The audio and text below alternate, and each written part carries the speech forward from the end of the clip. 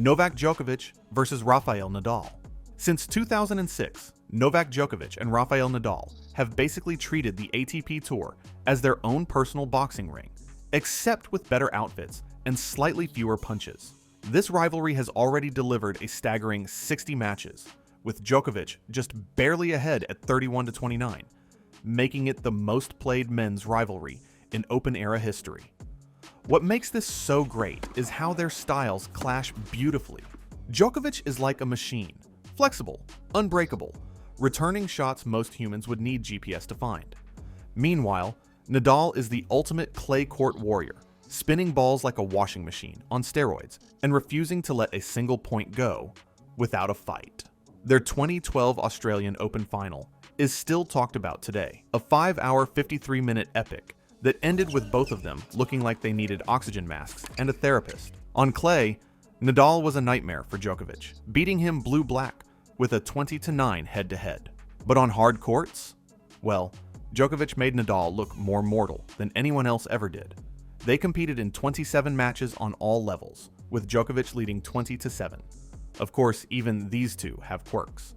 Djokovic has a habit of making the crowd his personal enemy whenever he feels underappreciated, and his dramatic collapses mid-match sometimes feel like audition tapes for a soap opera. Nadal? The guy treated his water bottles and towels like holy relics, spending more time arranging them than some players spend serving. Between Djokovic's gluten-free intensity and Nadal's ritualistic superstition, they've managed to redefine endurance and mental strength in tennis, while also redefining what taking forever between points looks like. And with 46 Grand Slams between them and hundreds of titles, their rivalry isn't just about stats. It's about two men who proved they're willing to bleed, sweat, and occasionally glare their way into the history books. Bjorn Borg versus John McEnroe. Bjorn Borg versus John McEnroe wasn't just a tennis rivalry. It was a cultural event. The cool, unshakable Swede versus the fiery, unfiltered American. Ice versus fire. And the result? Some of the most dramatic tennis ever played, with plenty of theatrics to boot. They met just 14 times, but what they lacked in volume, they made up for in quality. Their head-to-head ended dead even at 7-7, mostly because Borg decided to peace out of tennis at the ripe old age of 26, leaving McEnroe to scream at umpires in peace. These two have played some of the most iconic matches ever seen in tennis, but their most iconic clash, arguably, came in the 1980 Wimbledon final, with its unforgettable fourth-set tiebreak, a 34-point marathon, where McEnroe saved 5 championship points before Borg finally won 8-6 in the fifth. Core tennis fans still talk about it like it happened last week. McEnroe took that heartbreaking defeat in stride, though, and eventually had his revenge at the US Open that same year, winning in a thrilling 5-set battle. Tennis fans still debate which of the two matches was the best, the Wimbledon final or the US Open. But one thing they all agree with is the fact that their games were as opposite as their personalities. Borg was the baseline machine, calm, methodical, with ground strokes so consistent it was like watching a metronome. McEnroe, on the other hand, was all improvisation with his delicate volleys, magical angles, and occasional tantrums that doubled as halftime entertainment. But of course, there were flaws hiding in the greatness. Borg, for all his mental toughness, just walked away from tennis mid-prime, as if winning 5 straight Wimbledons was enough. McEnroe, his emotional, let's call it expressiveness, often left him unraveling mid-match, berating umpires, and occasionally forgetting there was an opponent on the other side of the net. Together, they proved tennis could be more than just a sport.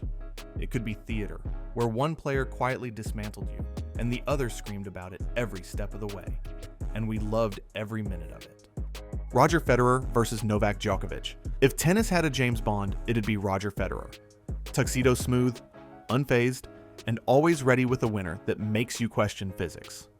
And if Bond ever met his match, well, that'd be Novak Djokovic. These two have faced each other 50 times, with Djokovic leading the head-to-head 27-23, 11-6 in majors, proving that even the Swiss maestro had someone who could steal his spotlight, and sometimes his soul, on the court. Did you know Djokovic is the only player to beat Federer at all 4 majors? And likewise, Federer is the only player to crush Djokovic at each major. Pretty wild, right? Their rivalry truly hit peak drama at Wimbledon. The 2019 final was just incredible beyond words. A 5-set, nearly 5-hour thriller that saw Federer hold 2 championship points, only for Djokovic to snatch the trophy like a thief in the night. That match broke records as the longest Wimbledon final ever, and possibly the longest collective gasp from a crowd. Their styles were deliciously opposite. Federer gliding across the court like he's dancing on ice, his one-handed backhand practically a work of art.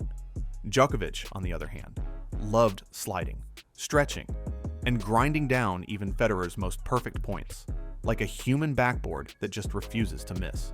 But as great as they are, they weren't perfect. Federer stubbornly insisted for years on trying to handle Nadal and Djokovic with that one-handed backhand on high-kicking shots, which was about as effective as swatting a bee with a toothpick. Meanwhile, Djokovic has never met a racket he didn't want to obliterate during a bad day, turning center court into his personal demolition zone. Their rivalry wasn't just about who was better, it was about whether perfection could outlast persistence. And more often than not, persistence won. Federer may have looked cooler, but Djokovic had the icy nerve to spoil his Wimbledon parties, time and time again. Pete Sampras versus Andre Agassi. In the 90s, Pete Sampras versus Andre Agassi wasn't just a tennis rivalry. It was an entire vibe. The clean-cut, quiet champion against the flashy, rebellious showman. Basically, if tennis had its own boy band, these two were the frontmen, and they couldn't stand each other. They squared off 34 times, with Sampras taking the head-to-head 20-14. Their clashes lit up Grand Slam finals and packed arenas everywhere. They met for the first time in a Grand Slam final at the 1990 US Open. Despite the media tagging Agassi as the favorite going into the game, Sampras destroyed Agassi in straight sets. The 1995 US Open final remains one of their most iconic battles. Sampras serving bombs, Agassi scrambling and striking winners from impossible angles. The crowd losing its collective mind. Sampras was a serving machine. His first serve wasn't so much a shot as it was an act of violence against tennis balls. He'd follow it up with graceful volleys and, more often than not, a quiet fist pump. Agassi, on the other hand, was the return king, punishing serves, dictating rallies from the baseline, and often looking like he just stepped out of an MTV music video shoot. Naturally, their flaws were as fun to watch as their strengths. Sampras was about as charismatic as a brick wall. Sure, he'd win, but he wasn't exactly thrilling the press conference room afterward. Agassi, for all his swagger, his early career was plagued with inconsistency and enough questionable fashion choices to fuel an entire season of what not to wear. But that's exactly what made this rivalry magic. Sampras's ice and Agassi's fire, clashing over and over on the sport's biggest stages. Together, they defined a generation of tennis, proving that you didn't need to like each other to make something unforgettable. Rafael Nadal versus Roger Federer. Just imagine tennis like a movie. Roger Federer versus Rafael Nadal would win Best Picture, Best Actor, and probably Best Screenplay. This was the rivalry that transcended tennis, the one that made even casual fans care about a yellow, fuzzy ball flying over a net. They played 40 matches, with Nadal leading 24-16, largely thanks to his complete and utter domination on clay, which was basically Nadal's living room at that point. Of the 40 matches they contested, 20 were on hard courts, 16 on clay, and 4 on grass. Obviously, Nadal crushed Federer 14-2 on clay, while Federer led 3-1 and 11-9 on grass and hard courts, respectively. Their most famous showdown was the 2008 Wimbledon final, often called the greatest match of all time. 5 sets, fading light, rain delays, Federer clinging to his grass court throne, and Nadal finally prying it away. Their styles couldn't have been more different. Federer floated on court like he was born wearing wings. His one-handed backhand and silky forehand, a tennis fan's daydream. Nadal, on the other hand, played like every point was his last, bludgeoning balls with a vicious topspin that made opponents feel like they were being pelted with meteorites. Of course, both had their issues. Federer, despite his genius, carried what looked like a full-blown mental block on clay against Nadal, repeatedly getting stomped at Roland Garros like he'd accidentally wandered into Nadal's private practice session. He never won a match against Nadal at the French Open, getting toasted 6-0. Meanwhile, Nadal's rituals, adjusting his hair, his shorts, his socks, and his bottles, could fill an entire Netflix documentary. What made this rivalry so special wasn't just the shot-making. It was the contrast of personalities. Federer, elegant and stoic, versus Nadal, intense and relentless. One made tennis look easy. The other made it look impossible and then did it anyway. Together, they didn't just define an era. They elevated the sport, and they left the rest of the field looking like they were auditioning for the junior varsity team. Jimmy Connors versus John McEnroe. If tennis had a Trash Talk Hall of Fame, Jimmy Connors and John McEnroe would have their own VIP wing, and probably still be arguing about who deserves the bigger plaque. These two Americans clashed 34 times, with McEnroe leading the head-to-head 20-14, though every match felt like a street fight in designer shorts. You didn't just watch their matches, you braced for them. They brought the fireworks to places like Wimbledon and the US Open. In the 1982 Wimbledon final, Connors ground McEnroe down to take the title, proving that relentless hustle and stubbornness could beat artistry on the right day. Their encounters at the US Open were equally iconic, with Connors feeding off the crowd like a rock star and McEnroe trying to quiet them down, usually by yelling at them. Their personalities were so different, yet equally combustible. Connors played like a man possessed, hitting flat, aggressive shots and running down every ball like the rent was due. McEnroe was the creative genius, painting lines, crafting points, and occasionally exploding at officials who dared to make a call against him. Of course, both had their shortcomings. Connors' refusal to evolve his game meant he often relied more on guts than strategy, which worked until it didn't. McEnroe, on the other hand, just seemed to derive pleasure from unloading hell on everyone. You could argue he did more damage to his chances of winning more titles than any opponent ever could. Together, they turned tennis into primetime theater, all intensity, attitude, and occasionally a little actual tennis thrown in for good measure. They didn't just play matches, they put on a show, and you couldn't look away. Boris Becker versus Stefan Edberg. If grass courts could talk, they'd probably still be debating Boris Becker versus Stefan Edberg. Between the two of them, Wimbledon in the late 80s and early 90s felt like their own private tournament, with everyone else just auditioning to lose gracefully. They played 35 times, with Becker holding the edge at 25-10. But the numbers don't tell the whole story, especially at Wimbledon. From 1988 to 1990, they met in 3 straight finals on center court. Edberg won 2 of them, Becker won 1, and the crowd won every time. Now picking out the most memorable matchups between these two is one of the most difficult decisions to make. They played so many epic matches against each other that you lose count of the greatest of them all. Perhaps the 1990 final at Wimbledon would be a worthy winner of this incredible rivalry. Edberg had won the first 2 sets, 6-2, 6-2, but Becker, never one to give up, fought back and took the next 2 sets, 6-3, 6-3. The deciding set was wild, and after Becker had broken Edberg, the Swiss maestro rallied back and broke his rival's heart to win his 2nd Wimbledon title. Their contrasting styles made their battles must-watch TV. Becker, with his booming serve, diving volleys, and habit of launching himself onto the grass like he was trying to kill it. Edberg, all finesse and elegance, gliding to the net and making volleys look like poetry in motion. Naturally, even the greats have their little flaws that make them human. Becker sometimes played with all the subtlety of a sledgehammer. His shot selection could get a little adventurous when things got tight.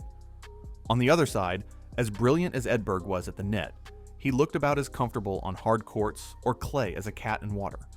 And yet, every time they faced off, it was like watching 2 masters try to outdo each other in the art of serve and volley, a style that, let's be honest, modern tennis could use a lot more of. Together, they turned Wimbledon into their personal chessboard, one power move, one delicate touch at a time, and even decades later, Their duels remain a reminder of just how beautiful grass-court tennis can be when two rivals refuse to blink. Jannik Sinner versus Carlos Alcaraz. Every era needs its headline rivalry, and it looks like the next one's already here. Jannik Sinner versus Carlos Alcaraz, the firecracker and the glacier. So far, they've faced each other 13 times since 2021, with the head-to-head in Alcaraz's favor at 8-5. While this matchup has been a little bit one-sided lately, there is still plenty of time for it to balance itself out, all things considered. One thing is clear though, their matches already feel like previews of finals we'll be watching for the next decade. The pair have battled it out at 2 major finals so far. The first was the recently concluded French Open, which is now being considered one of the best matches ever. Sinner led that match by 2-0, wasting 3 match points on Alcaraz's serve. The Spanish king fought back and broke Sinner's heart after 5 hours and 29 minutes, the longest ever Roland Garros final. The incredible part is that it was Alcaraz's 5th consecutive win over Sinner, further consolidating his mental grip on the Italian maestro. But it didn't last long.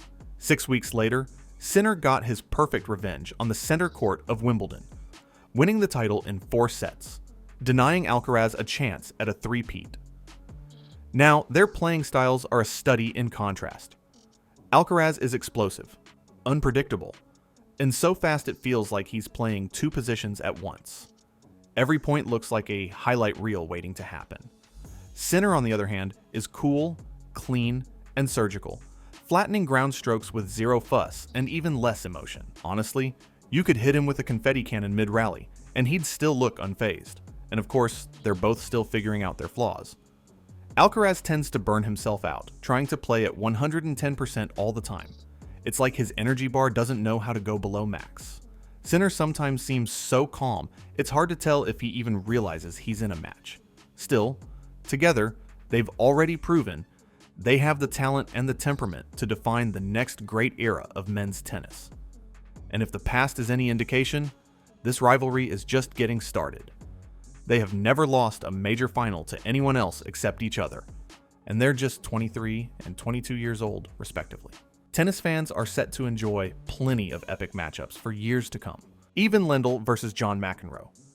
Now, many tennis fans seem to always forget that John McEnroe had more than 2 nemeses in his prime. Meet Even Lindle, the man who made even McEnroe's fire look like a flickering candle. These two collided 36 times, with Lindle coming out on top 21-15. Every match felt like a clash between a brooding chess grandmaster and an improvisational jazz musician having a bad day. Their defining moment came at the 1984 French Open final, where McEnroe was cruising up 2 sets, playing flawless tennis, until the inevitable happened. He unraveled, argued with a cameraman mid-match, and Lindle calmly took charge of the game and walked him down to take the title. It was Lindle's first Grand Slam win, and McEnroe's last chance at Roland Garros glory, lost in a haze of frustration and disbelief. Their styles couldn't have been more different. McEnroe was all touch, finesse, and fiery brilliance, darting to the net and crafting impossible shots. Lindle was clinical and relentless, pounding heavy ground strokes from the baseline with robotic precision and exactly 0 smiles. McEnroe could just never figure out how to deal with Lindle from the backcourt. Against everyone else, he dominated the backcourt. But against Lindle, he got cooked most of the time. Lindle's icy demeanor was effective on court, but didn't exactly win him any fan-favorite awards. Watching him celebrate a Grand Slam was like watching someone finish a spreadsheet. Efficient, but not exactly thrilling. Together, though, they gave tennis fans everything. Artistry versus brutality, genius versus discipline, chaos versus control. And when the dust settled, Lindle usually stood there unbothered, and probably already planning his next win. If you enjoyed this one, subscribe to the channel, cause I'll be posting a lot here. Until next time.